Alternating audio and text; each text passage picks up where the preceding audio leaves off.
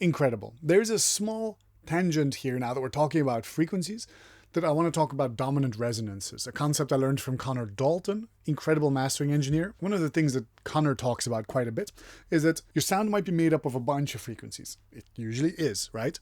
And often, as you turn up a sound, when you want the sound to be louder, there's one of the frequencies that hits you a little louder than the rest. And that can mean that you don't really dare turn up the sound any further because it's going to become unpleasant. And so what you can do is you can find that frequency, which we call a dominant resonance, and just notch it down a little bit. Remove maybe 3 or 6 decibels from it.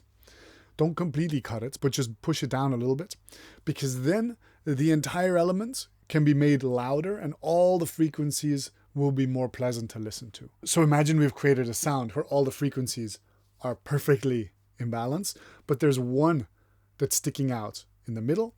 Well, then if you want to turn that element up, that one frequency is just going to beat us a bit across the face, even if it's the most important frequency. Sometimes it is the tonal center of the sound is that frequency, but still pushing it down a little bit and then bringing up the entire volume of the element just makes the whole element more pleasant to listen to. Let's see if we can identify one such dominant resonance. And one place to look for it often is in hi-hats or in metallic sibilant things.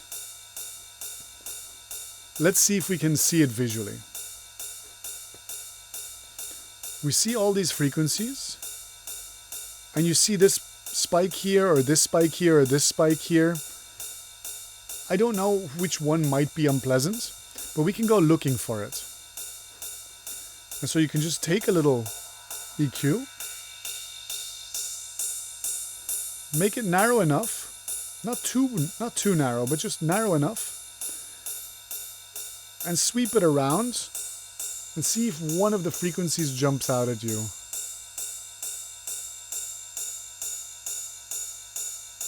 Like there's something that I'm not super fan of.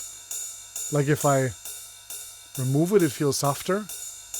I'm not a super fan of what's happening around this frequency. So what we can do is we can just push it down, let's say -5. So then when we add this, it sounds a bit sharper and spikier.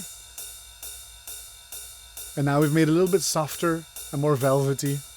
And so now we could turn up that hi-hat or that ride a little bit further without deafening our audience, and it wouldn't sound harsh, you know? Some people criticize this method, saying that if you boost anything like this, it's going to sound unpleasant, and that's partially true.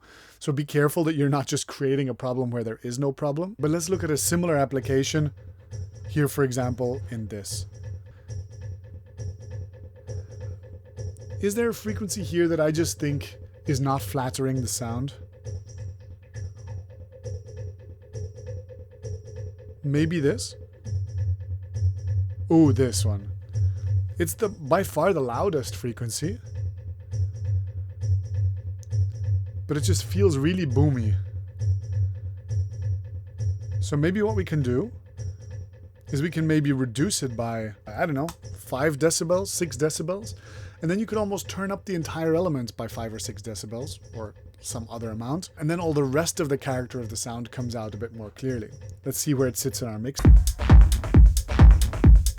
See, I've taken away a lot of the perceived volume, so let's compensate that.